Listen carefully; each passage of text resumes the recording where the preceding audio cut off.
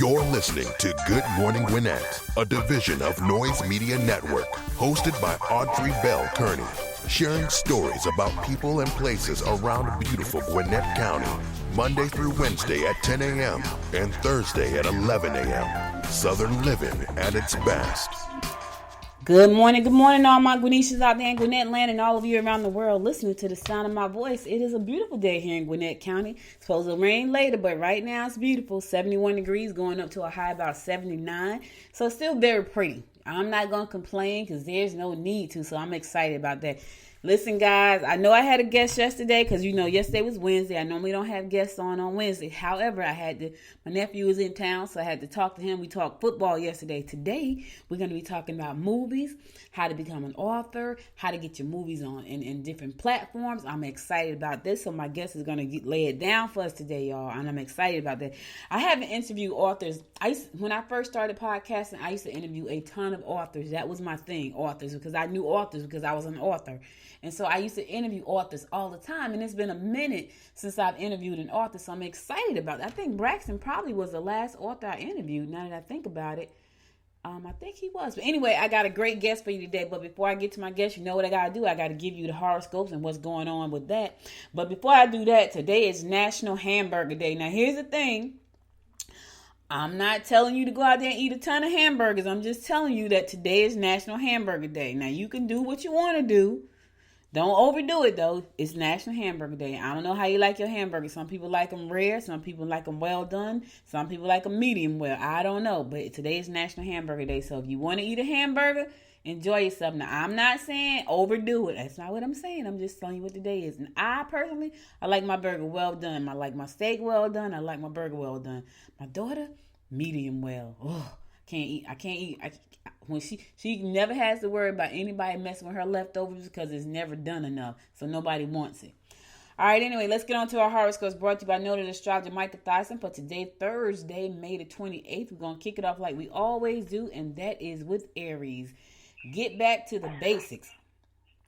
Get back to the basics and reevaluate what is important in life. Friendships could be terminated quickly if disappointments occur. You can receive recognition for the work you've done. All right now, that's a good thing. Taurus, sudden romance could end just as quickly. Get ready to do some fancy footwork when it comes to taking care of your financial situation. Don't press your luck with the loved ones. Listen, if you're still quarantining, don't press your luck because you still quarantining. You still got to live with them folks. Sorry, so just, don't do it. Gemini, rest and relaxation will be more favorable than you think. You may want to plan physical activities that will burn off some of those excess, I thought it was going to say excess calories. It says excess energy.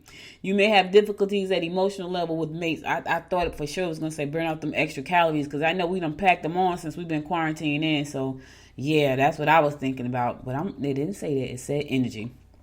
Cancer, you are best to keep your money tied up in a safe and secure place. Make sure that you have covered yourself legally and try not to let your temper get out of hand. Sign up for seminars that will expand your business awareness. Cancer, sign up for seminars that's going to expand your business awareness. Listen, you got the time right now. This is the time to do these things while you got the time. Because here's what's going to happen. When life kind of resumes to somewhat normal, you're going to say, I don't have the time. We've had months. So there's no excuses. So if you have just squandered the months that you've had because we've been quarantined in, shame on you. I'm just throwing a little guilt out there, just a little bit, not much. Leo, you can't lose today unless you get involved in gossip or overwork to the point of exhaustion. Plan your day thoughtfully, but try not to rely on others. You could experience delays in shipments or mail and should be careful while traveling. Listen here. Don't get involved in gossip. Leave the water cooler gossip where it is at the water cooler. Don't you get involved with it, Leo. Stay away from that nonsense. If you're back to work, stay away from it. Now, if you home, plan your day thoughtfully. And just do that. Virgo, you may find that your family responsibilities are piling up. Mingle with individuals who are established and can give you some serious insight into business and future trends. Don't overspend on items for your home. All right, listen here, Virgo. You go talk to somebody who know a little bit more than you. That's what you do. And find out what they can tell you about this business thing. I love it. It's not easy, but I love it. So if you need some help or some advice, talk to somebody who has done it already. Don't try to do it all by yourself. All right, I'll be right back after this song to give you more of the horoscopes brought to you by noted astrologer Micah Thies. And you're listening to the Good Morning Gwinnett Show. Stay tuned. Hey now, honey, I've been driving around in my car, looking for some kind of open bar. It's gonna be alright, gonna be alright. Got no money, but I'll work it out with my charm. Having a good time, ain't doing no harm. It's gonna be alright, gonna be alright. Hey now, honey, I've been driving around in my car, looking for some kind of open bar. It's gonna be alright, gonna be alright. Got no money, but I'll work it out with my charm. Having a good time, ain't doing no harm. It's gonna be alright, gonna be alright.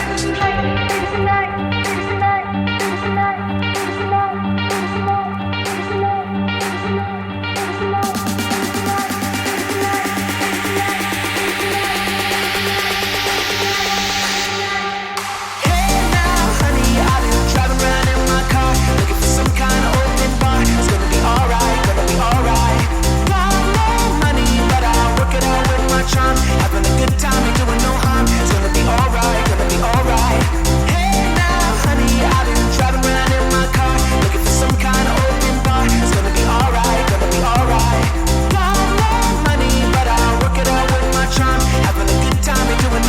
gonna be alright, gonna be alright.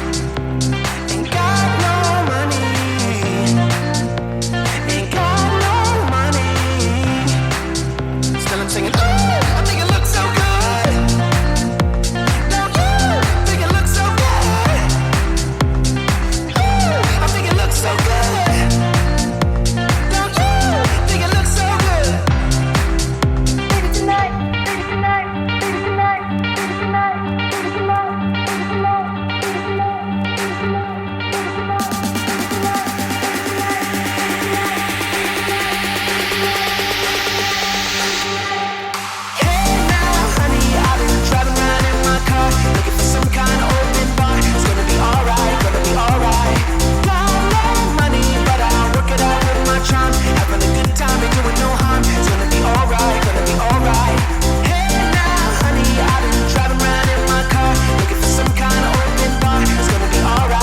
alright. Got no money, but I'll work it out with my charm. Having a good time, ain't doing no harm. It's gonna be alright, gonna be alright.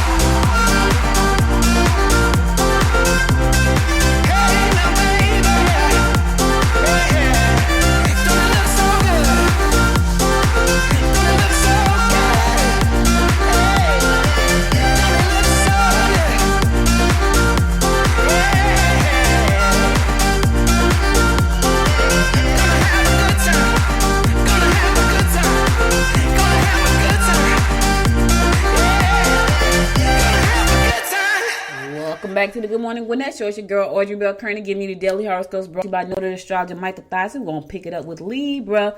You can make reasonable bids on real estate or large items for the home. Get busy putting plans in place in order. Okay, listen, I gotta tickle y'all. Hold on, wait a minute. I gotta take a swallow. Hold on. Every now and then that happens to me. It's so funny because I think I kind of manifested that because I was thinking about it earlier. And here it comes. You know, it's like one of them days where the allergies kick in. But anyway, I'm going to start Libra over because my throat is itching. You can make reasonable bids on real estate or large items for the home. Get busy putting your place in order. Your ability to charm others will put you in the limelight at social functions. Now, here's the thing. I know you probably want to be in the limelight, but make sure you got your mask on. If you're going to be 6 feet apart, it's still going on. Corona's still out there. She didn't go anywhere. She's still out there. Scorpio, you will enjoy lavish forms of entertainment and should consider making arrangements early. Problems with your partner or parent. Think twice before you speak. Think twice before you speak, Scorpio, because once you say it, you can't take it back. Once it's out your mouth, you cannot take it back. So think twice before you speak. You don't want to say something that you're going to regret and can't take it back. Sagittarius, you can make alterations to your appearance that everyone will admire. You need to sit back and enjoy. Social activity will be on your agenda. All right, you're going to do something that everybody's going to like. Here's the thing. Long as you like it, that's what's really important. Not what everybody else like, but if you like it, if you like it, that's what's really important. And do it for yourself. Don't do it for everybody else. Capricorn, someone around you may not be trustworthy. Oh, boy. Get back down to earth and to the basics. Visit friends you don't get to see very often. Somebody around you can't trust. Listen, if you know you can't trust them, then don't trust them. That's what I'm saying. Sometimes we trust people when we know we shouldn't trust that person. You know. They didn't change. The leopard don't change the spots. Let me just tell you that, baby. Aquarius. Deception will be a factor in relationships. Focus on what's important rather than spreading yourself too thin and accomplishing little. You can meet new and exciting lovers through work-related projects. Okay. Oh, listen. This for the single Aquarius. Not for those of you who are already in a relationship. Don't you go looking for new love. You know, if you messed up where you are, get rid of that situation first, then go looking for new love. But this for the single folk. I'm just saying, because some of y'all are like, oh, she said we can go. And I didn't say it. Michael said it. I'm just reading what Michael said. Don't you go out there talking about some new lovers in the next chapter that I didn't say that. Michael said it. I'm just reading it. And my fellow fish Pisces, you may have major blow-ups with someone you love if you don't back down. Okay. Use your charm to get your own way. Secret information will be eye-opening. Listen, my fellow fish. I don't know about you, but I ain't trying to have no blow-ups. So back down, fall back. Give that person some room, let them do their thing. If you don't want no blow-ups, fall back. And just use the charm. You ain't gotta keep nagging them. Use the charm. The day is to be charming. Today is a day to be charming. That's what Michael is telling us. So I'm gonna be charming. I don't know about you. I'm gonna be charming so I can get my way. All right. So that's all the horoscopes I got for you today. I'll be back on Monday to give you more of the horoscopes brought to you by noted astrologer Michael Thyssen at 10 a.m. Now let's get on to my guest. I am super excited. So my guest today, man, he has a huge resume and I can't read it all. So we're going to talk to him so he can talk us through it. But I'm going to tell you a little bit about him. My guest today is author William Hayashi. He's in the IT industry. He's an author. He's a movie producer. He's obviously very philanthropic because we're going to talk about the projects he do with schools and adult centers. He writes some amazing fiction. He is also a podcast host and a radio personnel, and I'm happy to have him. And so, William, thank you so much for being my guest today. It's me who's happy to be here. Thank you for having me. So listen, you got a very interesting background. When I got the resume, because so Braxton sent over your information, and I was like, oh man, I'm not gonna be able to interview Braxton. But when they told me that you were into sci-fi, which I love. Georgette said, you probably gonna like him because, he sounds interesting. So I looked at it, I said, I'm a sci-fi person. Like, I love everything sci-fi. I love everything vampires. I love everything fairies. I'm just, hey, this is who I am. I don't apologize for that, but I'm all excited about some of the things you're doing. But before we get into all of the amazing things you have done and things that you got working right now, tell us a little bit about who you are and your background. Well, I'm a Chicago native, grew up on the south side, not the south side, but I live in probably one of the back then was one of the most progressive neighborhoods. It was right around the University of Chicago. And it was, on my block, we had, black, white, Asian,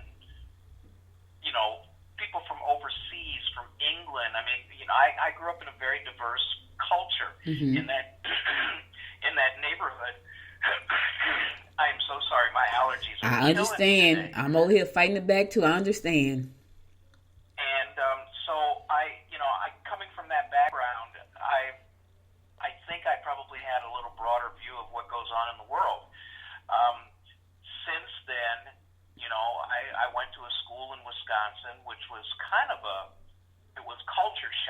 because Green Bay, Wisconsin is nothing like Chicago and nothing like the south side of Chicago. And then after that, I came back to Chicago and started doing, I did so because I was a programmer. I've been in the IT field since 1970, and I did some medical programming on a NIH grant. I was studying people's brains and things like that. And as I went along doing that study, because I was picked because I was a programmer, and I was writing programs that would automatically scan and analyze brains. Wow. And when I was working with, a computer company to help them develop computers that would make those sorts of things easier, someone says to me, well, you really should be out there on your own, maybe doing your own consulting. And back then, they didn't really have, like, even in the Yellow Pages, they didn't have a section for computer consultants. This was like about 1980, 81. So I, in order to get some attention, I paid an enormous amount of money for me. I think it was like $600. That was like about $5,000 back then. This was about 1981, and so I put in there that I was the only certified Amish computer repair person in America, and then had a picture of a pencil sharpener. Wow. You know the Amish, don't you? And that got me some notice, and up until just recently, my primary source of income was doing computer-based consulting, networking, securing against viruses, cleaning up stupid things that people do to their computers.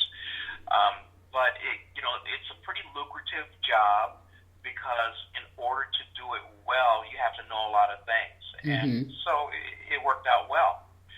In, the year 2001, I sat down to write a book, and two things made me do that. One was to fight the notion that there are no more original stories out there, and that authors are pretty much relegated to doing variations on a theme. And I said, well, that can't be so.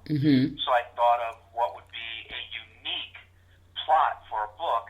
And the second thing was, in science fiction, other than Nichelle Nichols on Star Trek, there were not very many black folks in science fiction. Right. Characters, plot lines, and things like that. So in 2001, I sat down and started writing my first book. It took me about 9 months, and then it took me about 8 years to get it published because I was trying to find an agent and trying to go the traditional way. And there's a catch-22 in publishing that agents don't want to admit, publishers don't give a damn, and that is you can't get a publisher unless you have an agent, but you really can't get an agent unless you've already published. Right. So it's kind of tough for somebody starting out. Fortunately, these days, the bar is really low to getting published. There are so many independent, even websites where you can get a manuscript published, get it out there, get it on Amazon. And so I finally got my first book published in 2009. It was called Discovery. And I did make, it wasn't a mistake, but I made a tactical error with that book because on the very front of the cover, I put volume 1 of the Darkside Trilogy. So then I was obligated to have to write 2 more books. But I got halfway through writing the first book and I realized I had a lot more to say. So that worked out well. In the last, 10 years, I can't complain about, what kind of visibility I've gotten. A lot of people like my writing. I have very, very good reviews on Barnes & Noble and Amazon, and that's always gratifying. So just a couple years ago, I decided that I was going to write another trilogy because I figured out even more kind of cool things to write about these people. And and the plot of the entire series is telling the story of what happens, basically in America when the country finds out that African Americans have been secretly living on the backside of the moon since before Neil Armstrong got there. That would be something serious, wouldn't it? If that was true for real, that would be something serious. And I didn't mean to cut you off, but I thought about this. I was looking at the news last night, and they were talking about SpaceX. Was it SpaceX? That's Yes. SpaceX was supposed to go up yesterday. It was supposed to launch, and they decided to not launch it like 20 minutes before it got ready to launch. But wouldn't that be amazing if we had already colonized the moon or Mars? Well, as we sit here, we don't know if that didn't happen right now. Mm-hmm.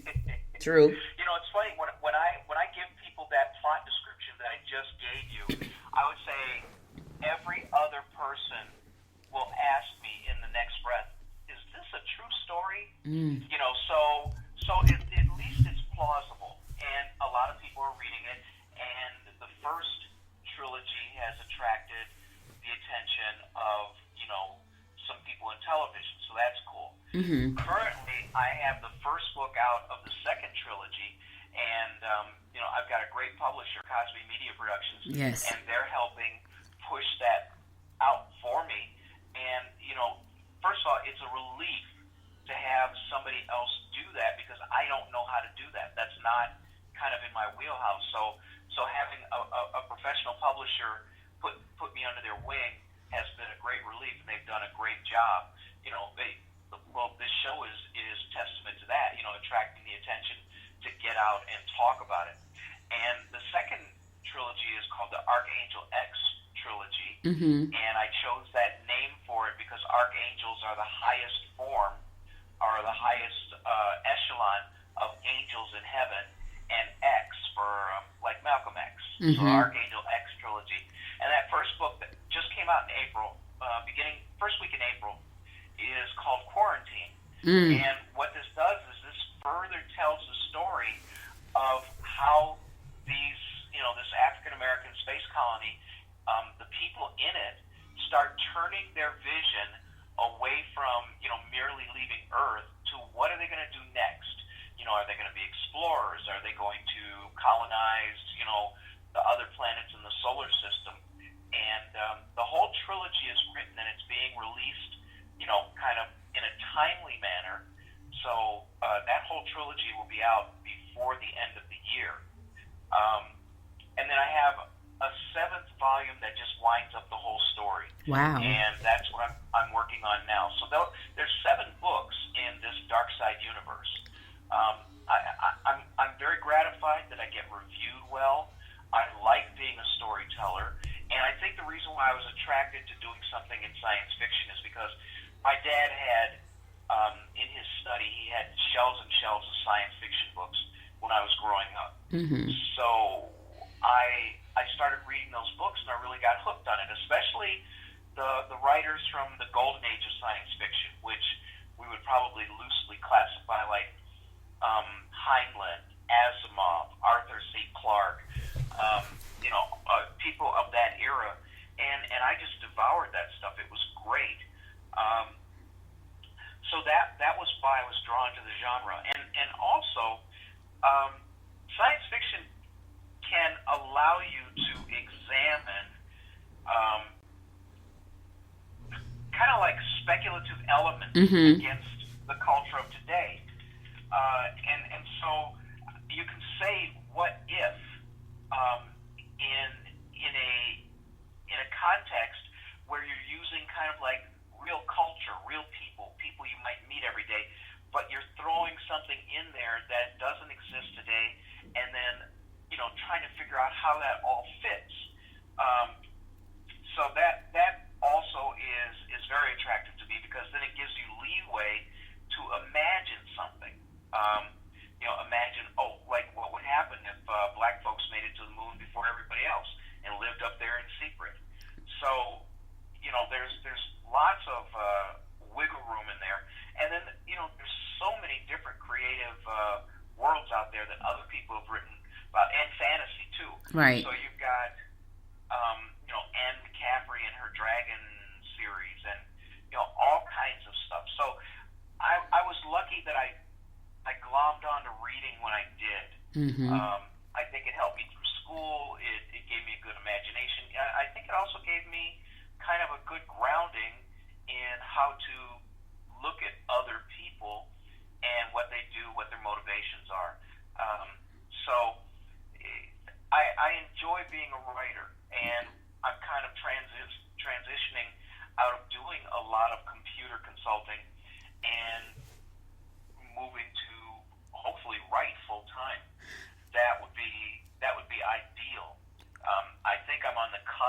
of it being able to support me. So that's a good thing. Because to be able to live off of what you love. Absolutely. I can't imagine anything that would be better than that. So that's pretty cool. You mentioned some other things I've done. I spent a lot of time and effort setting up, computer learning centers for schools, for adult learning centers, for not-for-profits and things like that, because I wanted to give back. And computer consultants can be quite expensive, and so if I could give that away, pay it forward, so to speak, I think everybody wins out on that. That's true. I'm not sure what else people would want to know about me. I mean, people ask me, well, where do you get your ideas from? That's one of the things that they do ask. And I don't know. I think, it's a combination of things that I've read before and what I've thought of. But my stock funny answer is it's probably all the drug use from the 70s. Well, you know what's so funny, because I got questions. So I want to go back for a second, though. I want to go back because now I was going to ask you, like, why did you start writing science fiction? But you covered that. I want to go back to the book, like when you first started self-publishing, because when you first started publishing. When I first wrote my first book, we co-authored it and we did a self-publishing. Self-publishing was not what it is today either. Like, I'm always on the beginning of everything, and then I kind of jump off before it started making money. But anyway, which is not a good thing, because then I missed the wave. When you did your first deal with the publisher, how long did it take you to get that deal? And was it traditional in the sense where you got an advance up front? Did you have to write query letters and all that kind of stuff? Well, I was lucky. I had some friends. Well, no, friends of friends. And he was a retired agent, but he was pretty old, Mm-hmm. And he and his wife, said, well, we'll try to place your book. And they got a couple publishers to look at it. But my first book was long. It was about 220,000 words. The first manuscript was 330,000 words. Well, nobody's going to write that. I mean, nobody's going to publish that, rather. War and Peace, I think, is like 160,000 words. So that kind of gives you the idea of where my writing was originally. And, I admitted to people right up front that I didn't know what I was doing. This was the first time I wrote. I just knew I knew how to write a story that I would love to read. Mm-hmm. So that kind of helped. The other part was, self-publishing, we're talking about 2009. And you're right, the industry was not as saturated as it is now. Publishers and fly-by-night people are really out there to take advantage of the desperation of authors. Okay, Mm-hmm. author, That is true. a brand new author is a needy little troll, Mm-hmm. and I apologize to authors if they feel that that's somehow derogating, but it's entirely true. If you've just written a book, there are all kinds of things that are floating around in your head, but the first one is that you obviously believe that what you wrote deserves to be published. And that's not always the case. I mean, I think everybody has probably picked up a book, started reading it, and said, ooh, this is really not not my cup of tea, or this is poorly written, or whatever. And that's unfortunate that there's that out there. We don't have the screening process that the agent and traditional publishing model would weed out those poorer products. So it was different back then, and I can't say that I don't appreciate having done it, because having gone through it, I did self-publish the first trilogy, all 3 volumes of the first trilogy, Mm-hmm. and that did got it out there. It would not have gotten anywhere near the saturation that I have today had I not published at all. I'd probably still be trying to find an agent. Mm-hmm. Now now I've got, Cosby Media, the publisher, publishing my works now, and they do a great job. And I'm relieved of not having to do a number of things. First of all, paying for editing, formatting, and doing the marketing. Marketing is tough. With so many books out there, so many people writing, so many people self-publishing, the main challenge anybody these days, whether they're self-published or if they use a traditional publishing model, is visibility. How do you raise the visibility of your work above the background noise of tens of thousands, hundreds of thousands of people who are also publishing? So that's always a challenge. If you get great reviews, that's good, because some people will go through Amazon or Barnes and Noble or Goodreads, some of these review sites, and look and say, oh, this book has a lot of good reviews. They'll read the reviews. This sounds good. And that's actually a great testament. When somebody else says they read it and they liked it, and you have a few of those stacked up, it really does help move you forward. But again, people have to go to that website in order to find out about you. So I think that universal challenge is, it's tough if you self-publish. I mean, what did you do to push the visibility of your work?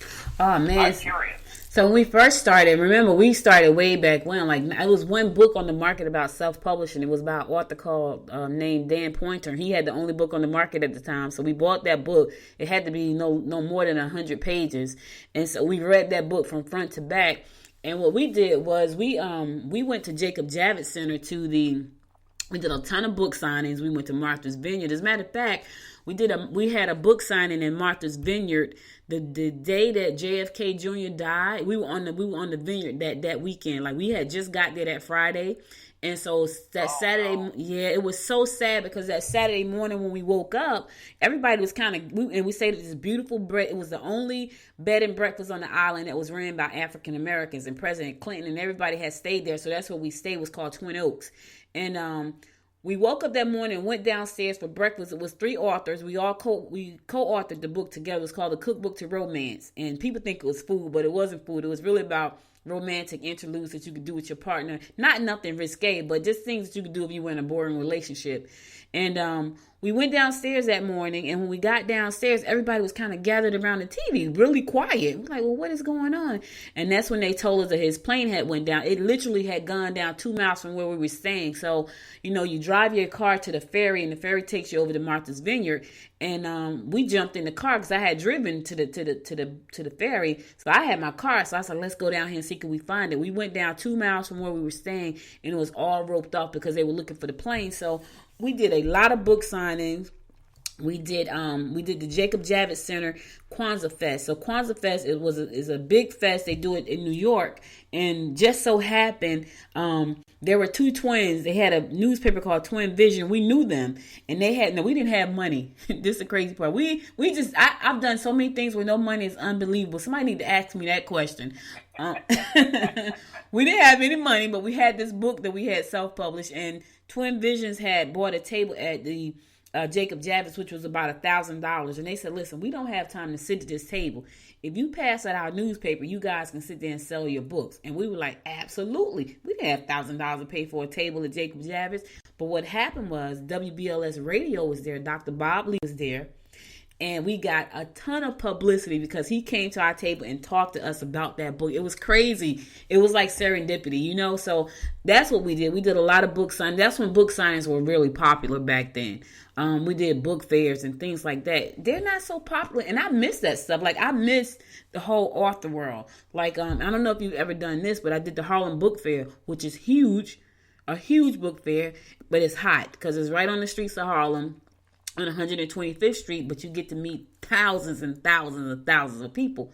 And I did really well there. So those were some of the things that I did. And then later on, I bought the book 1001 Ways to Market Your Book by John Kramer. And I just took that book and just everything that was in it I tried to do. So I've been doing this so long, and those are some of the resources and the things that I've done. Now, moving forward to today, I've written books today, and I got to be honest with you, William, I haven't promoted like I should, and I have all these great platforms to do, but like you said, it's a time issue. So even though I've written, like I wrote a book last year called Pod Chicks because I went to Podfest and I was like, hey, I want to tell stories of some of the women that podcast. Have not had a lot of time to promote the book. And so the fact that you're with Cosby Media, which I was supposed to be signed to them to do another book, it was a novel. And I think we got busy, they got super busy, and we just never made it happen. So maybe I need to go back and look at that deal again. But it's very time consuming when you self-publish because you are everybody. Now there are a lot of resources out there that you could use, and that's a whole nother show. And I'm actually looking into a bunch of those things now because I'm really trying to grow the podcast. But you're right, it's very time consuming. Now let's talk about, because your publishing company told me you got a deal with Netflix, and I was like, what? I need to hear about that. What is that about, and how did you go about getting that? Well, here's what happened. I don't know. They have signed an option. Okay, they've optioned Darkside for development into a TV show, but that's at the very, very, very, very, very, very early stages. And with this virus, everything associated with the coronavirus going on, it's tough to try to see what's going to happen. You know, the TV production is locked down probably for another couple months. Yeah. Okay. And people, I heard about, and I can't remember what the show was, one TV show where they sequestered everybody like in one place, maybe one hotel, and they, you know, the people behind the camera, the people in front of the camera, nobody can go home. They're just isolated right there, and their food is trucked in and stuff like that. But it's super expensive to try to do something like that. So television production is not, it's just not working the way it's supposed to work. You know, you have some TV shows that were in the middle of seasons, and they just had to stop. You know, I just happened to I was binge watching The Flash just for something to do. I have a couple of screens up, you know, for when I'm writing, and don't tell anybody, just keep this between you and me. But sometimes on the other screen, I have a movie or TV running.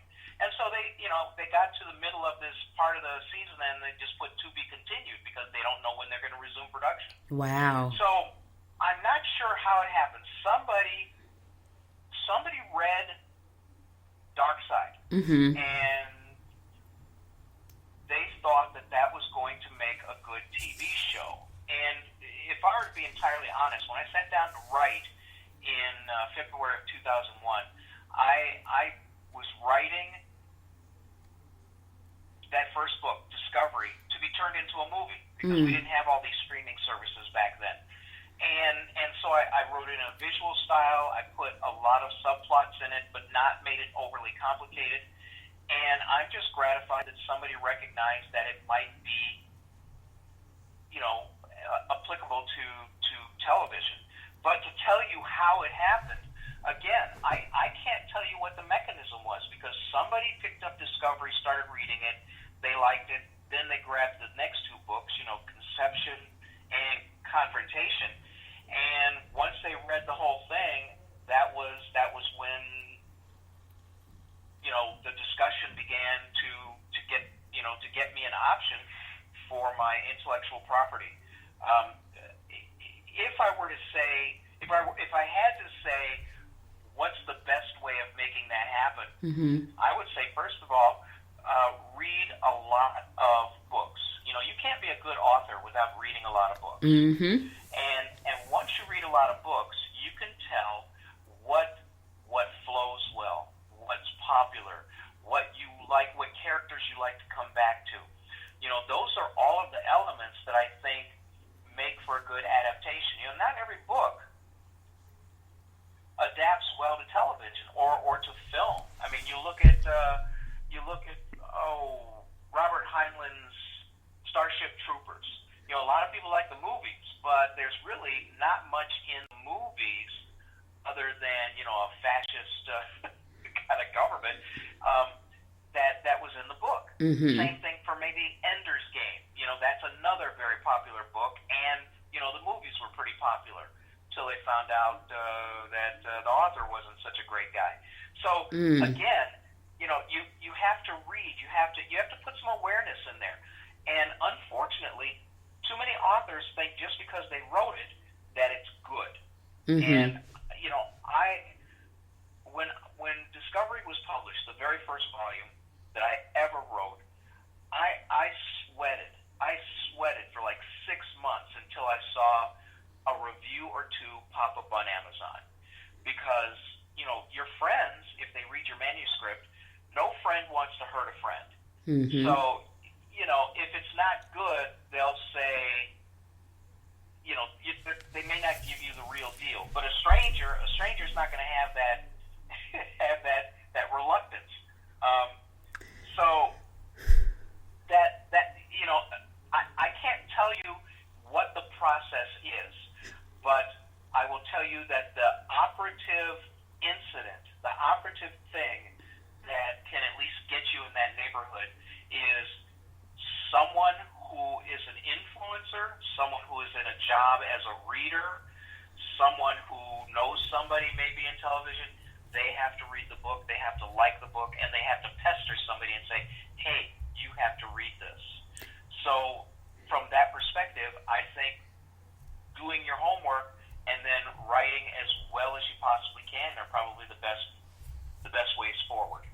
And let me ask you this, because you said something. You said you may write something that you think is good. Now, do you think good is relative? Because I think about a lot of things that I see, a lot of people that I meet, a lot of even food that I eat. I think something is disgusting and everybody else say, oh my God, it's delicious. Or I watch a show, like my daughter, I'll give you a prime example. What was the name? Sausage Party, right? My daughter I don't know if you ever saw it. I thought it was horrific. But my daughter was cracking when she was talking to me. She was laughing so hard. And I was like, I have to see the movie. She's like, nah, you really got to see Sausage Party. You really got to, oh my gosh. She and her boyfriend were dying laughing. I'm thinking, wow, we really. So my husband and I was like, well, let's watch it. So we're sitting there. We're like, this is awful, right? So when you say it has to be a good book, do you think good is relative? Because what you and I may think sucks, somebody else may think is amazing. No, you're absolutely right. And not everybody's going to like your book. Right. And I'll tell you a quick funny story. When I got my first non-5 or 4-star review on Amazon, I was mad because this guy gave me like a 2-star review, and I said, "What the, and then I read it again, and after about 20 minutes, I thought this is a useful review to have." Okay, because from the person was a white male, and my book dealt with African Americans in space, et cetera, et cetera, et cetera. Unaccustomed themes for white readers, white science fiction readers. And I said, this is a perfect review. And when I go out and speak and talk about my writing, I put his review up because not everybody's going to like your stuff. But because of perspectives, and some of the perspectives will be cultural, some will be religious, some will be personal, some will be political, but not everybody's going to like everything that you've written. That's at least how I feel. So no, I don't get angry anymore if somebody doesn't like what I write. I just go, well, it wasn't their cup of tea. But I will tell you this, new authors they cut thin skin. New authors think that if somebody doesn't like their work, it invalidates them as a person. Instead of it's just not this person's cup of tea. So that was a tough threshold to get over, but it happened pretty quickly because I couldn't dwell on that. I can't dwell on negative things, otherwise, I might not write. And there's a whole lot of people out there who are not patient, a whole lot of writers who are not patient. People will write a book, they'll publish it, and if they don't see a good review or a bunch of good reviews in 30 days, 60 days, 90 days, they give up. There are so many people who give up.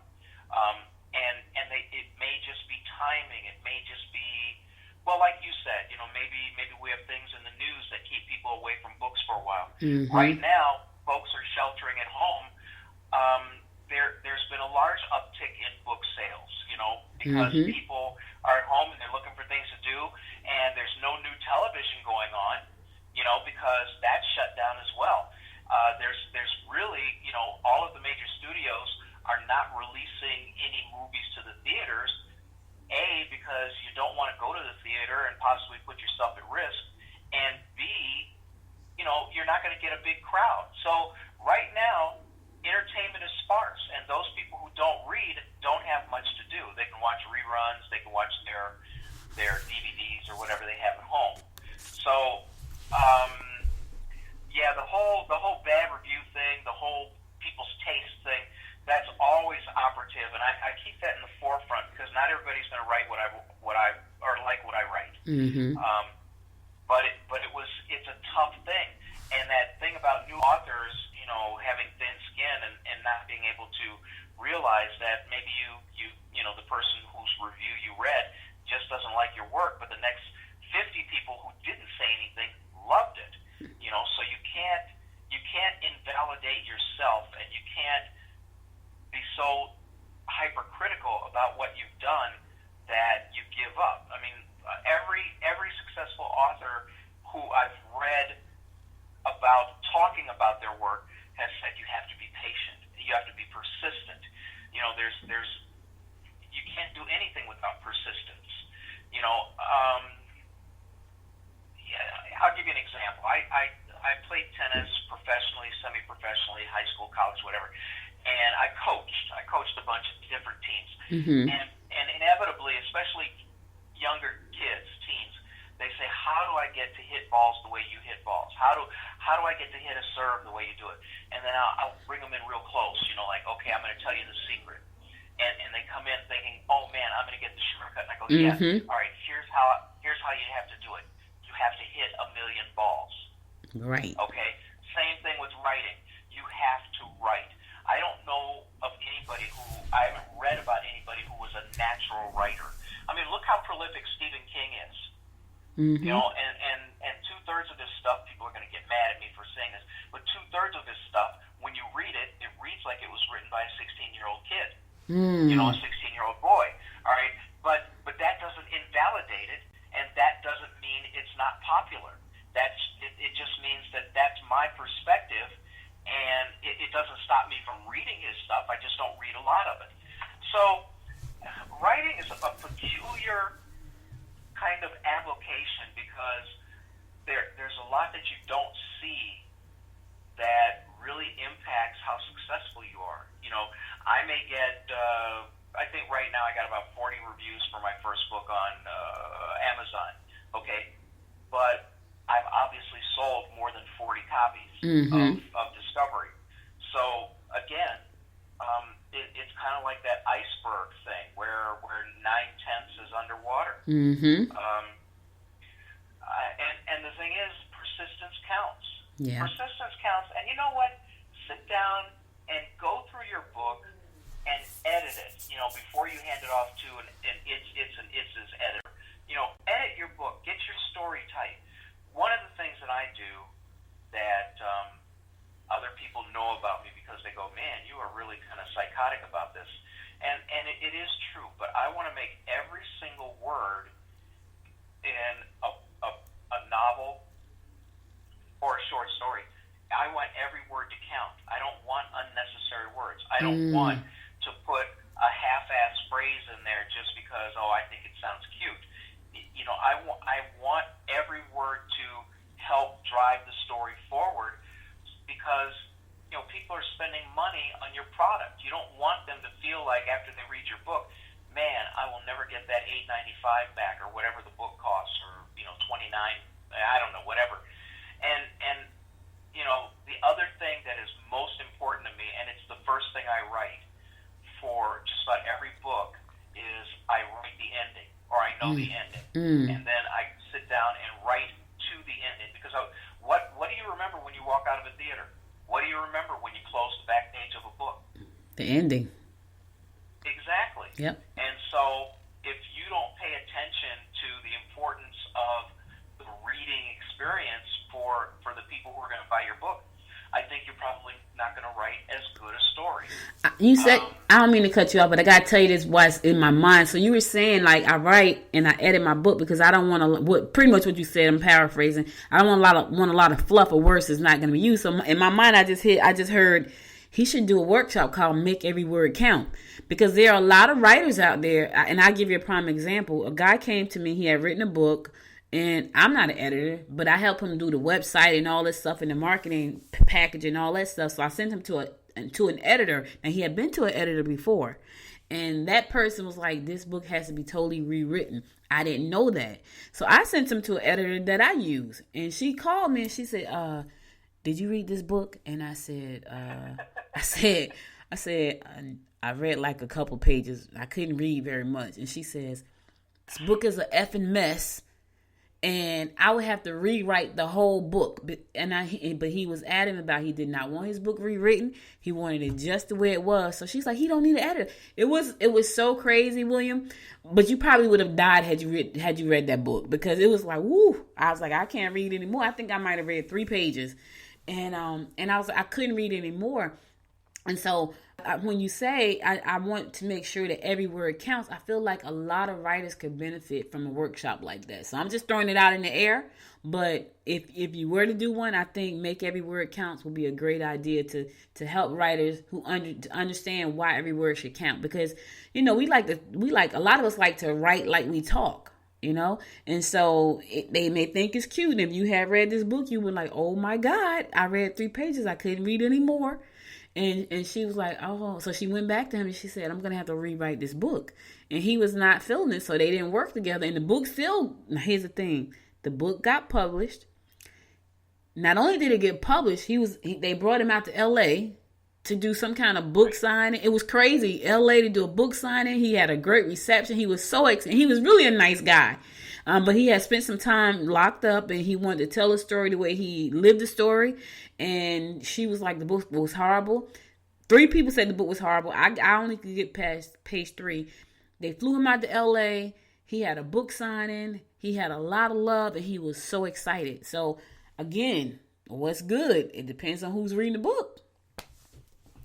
Yeah, that reminds me of something. When I got to talk to some of the television production people who will probably be doing Darkside if it gets done. There's no certainty that it'll get done. One of the things that they wanted to do is they just wanted to talk to me.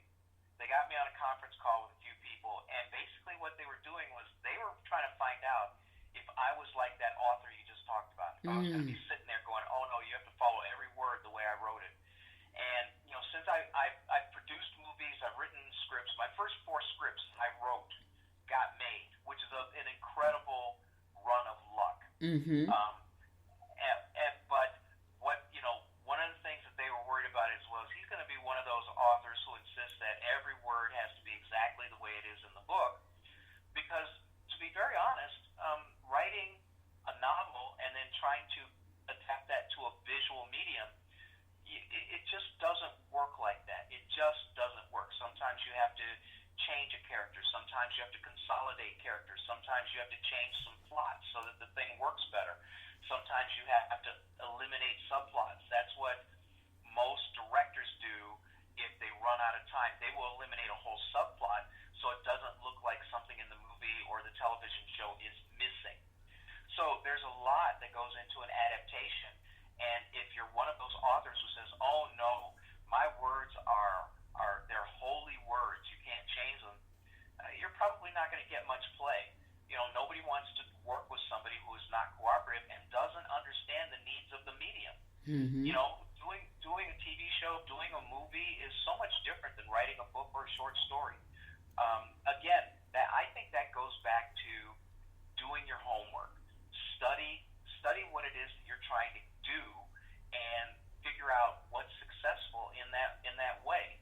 I'm a little older, so it's probably easier for me because I'm not just starting out. I understand a little bit more about how things get done. Having written and produced some movies, and they're shorts. They're not motion picture length stuff, but still understanding how to write for a visual medium. I think I would be a lot more cooperative and help the thing get done as well as possible.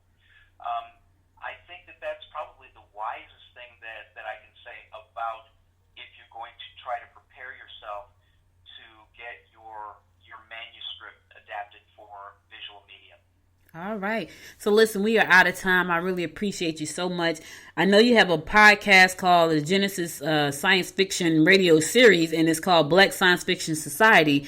Tell people a little bit about that, and then tell people how to contact you. Okay, I've been doing this Friday night show for over 8 years, and it's for the Black Science Fiction Society.com website, and it's called the Genesis Science Fiction Radio Show. So you can look at either of those two, and I interview black creatives in science fiction, fantasy, and horror, and all kinds of people, authors, TV show makers, webisode series, artists, comic book creators, all of these kinds of people, and talk about how it is they got where they got, what they started out doing. It's actually a long show. It's 2 hours, which is a little bit longer than most shows, and we filled the time very, very well, because to try to explain how you got from A to Z is not always an easy process, but it helps other people who may want to do the same thing understand where the pitfalls might be if they get started. So I do that Fridays at 9 Eastern, and you can go to blacksciencefictionsociety.com to find the links and where the radio show is. I enjoy doing it. I've met so many great people. That's the best part about doing that show. I've met people I never would have met otherwise. And then when I go to science fiction conventions, I wonder when we'll see those again. I'll just be walking around, and somebody will come running up to me. Hey, you remember me? You interviewed me, blah, blah, blah, blah. And that's the coolest part. I get to actually meet these extraordinary people that I've gotten to interview. Nice. Well, I want to thank you so much for being my guest. This has been a really good interview, and hopefully I can get you back again when we start live streaming videos sometimes next month or in July in the upcoming months. Listen, guys, we are moving to television, so if you have a Roku box, if you have a Fire TV stick, if you have a Android TV or Apple TV, we're going to be able to live stream this show Monday through Thursday at 10 a.m. And I'm going to change the time to 10 a.m. on Thursday so I can be consistent across the board with the timing. So be sure to check us out. William, thank you again for being my guest today. Great information. I feel so uplifted. I feel like, man, like I have one. Listen, I write how-to books, but I got one novel in there, maybe two. And I've been trying to get it out for like 25 years. I haven't gotten there yet. So, maybe I have to set up a consultation time with you and we can get it out. But I had like a couple great storylines, and I kind of pitched them to Cosby Media. They said, okay, come on board.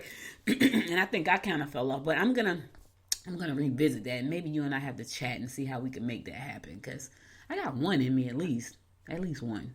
That would be fun. I look forward to that. And let me just say one last thing. Isaac Asimov has a quote that really kind of sums up, my career as a writer. And his quote was, "Individual science fiction stories may seem as trivial as ever to the blinder critics and philosophers of today. But the core of science fiction, its essence, has become crucial to our salvation, if we are to be saved at all." Thank you for having me. I really appreciate it. Thanks, Audrey. Thank you so much for being here. Listen, guys, that's all I got for today. I'm going to go to my last song, and I'll be back to close you out with the inspiration for the day. William, you take care and stay safe. And one day I'm going to come to Chicago, and maybe we can sit down and do coffee and talk about that novel we're going to write together. Okay. All right. Bye now. All right, guys, stay tuned. I'll be right back after this song to close you out for the weekend.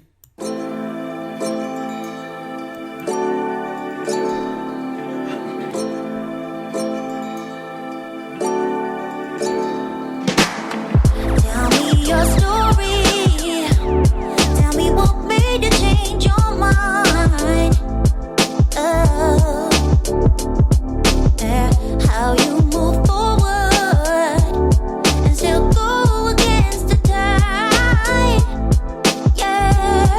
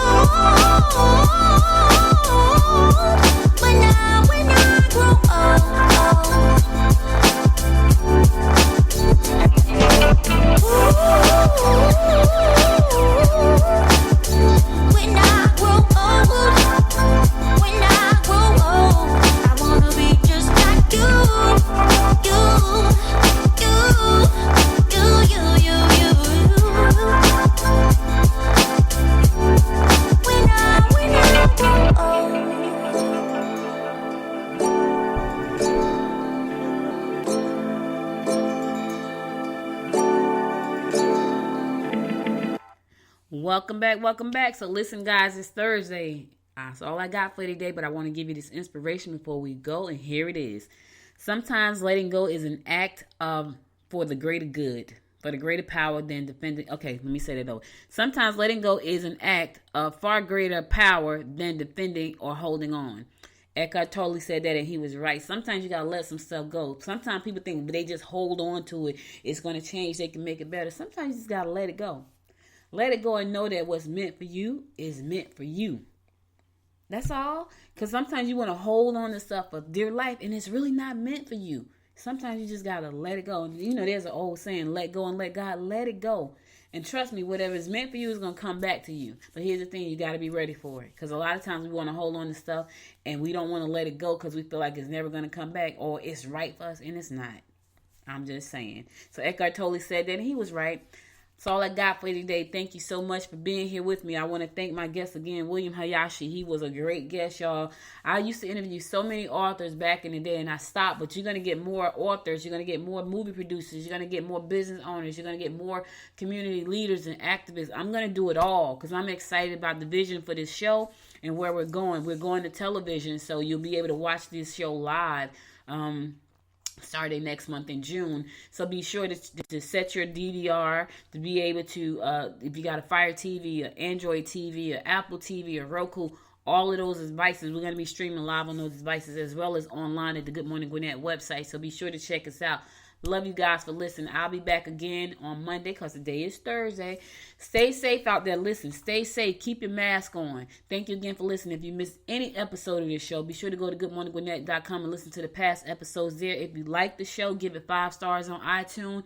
Also, share the show with your friends on whatever platform they listen to, Spotify, iHeart, Google Podcasts, Apple Podcasts, wherever. Share the show with your friends there. If they want to listen to it on Alexa, just go to Alexa and say, hey, Alexa, open Good Morning Gwinnett, and you'll listen to the most recent episode there as well. And if you got a Fire Stick, I'm there as well. So I want to thank you again for listening.